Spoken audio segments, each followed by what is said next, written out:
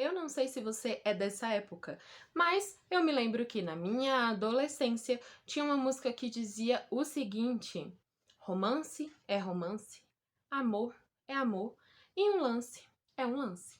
Tá, mas o que isso tem a ver com direito?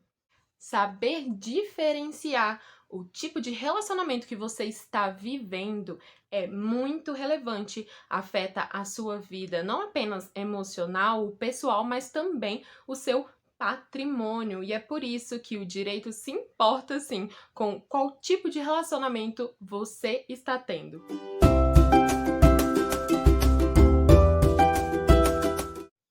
Se você está acompanhando as postagens aqui do perfil, você provavelmente já aprendeu a diferença entre um namoro comum e um namoro qualificado. Mas se você não está acompanhando, eu vou deixar passar dessa vez e vou explicar novamente. O namoro comum é aquela fase inicial do relacionamento em que as pessoas estão se conhecendo, conhecendo os defeitos, os gostos um do outro e eles querem apenas ver se existe alguma chance de levar aquele relacionamento adiante, alguma vontade disso. Mas eles não pretendem, eles não têm a intenção de passar o resto da vida juntos, de construir uma família, de ter filhos juntos, enfim, namoro comum. Fase de conhecimento, essa é uma palavra-chave, conhecimento. Agora, se nós estamos falando de um casal que namora, que já se conhece, que já tem uma pretensão de construir uma família juntos, seja uma família com filhos ou sem filhos, seja uma família em que todas as pessoas residam na mesma casa, ou seja, coabitem, ou em que cada um tem a sua casa, mas eles são uma entidade familiar. Então, existe a pretensão de formar uma família um dia.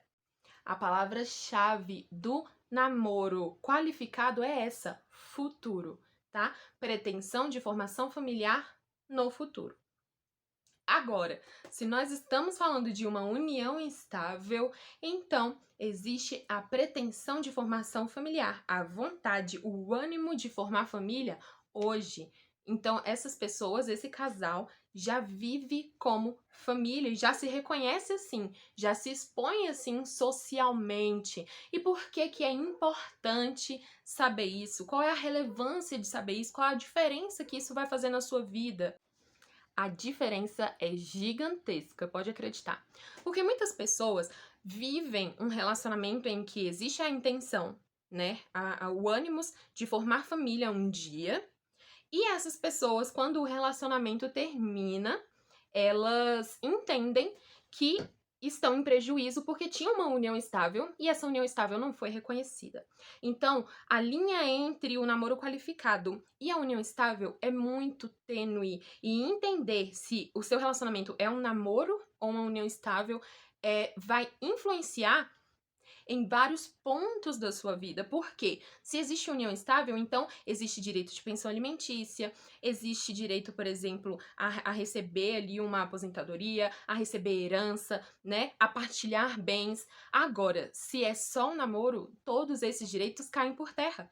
E essa linha tênue entre a união estável e o namoro qualificado é o que vai decidir isso. Então, essa é a importância de entender que, ainda que tenham a intenção de formar família, não necessariamente isso é uma união estável. O namoro não é só a fase de conhecimento, que é o namoro comum, mas também um namoro qualificado, em que essas pessoas querem sim ter um relacionamento longo, duradouro, mas ainda não têm. Eles ainda não são uma família, eles são namorados.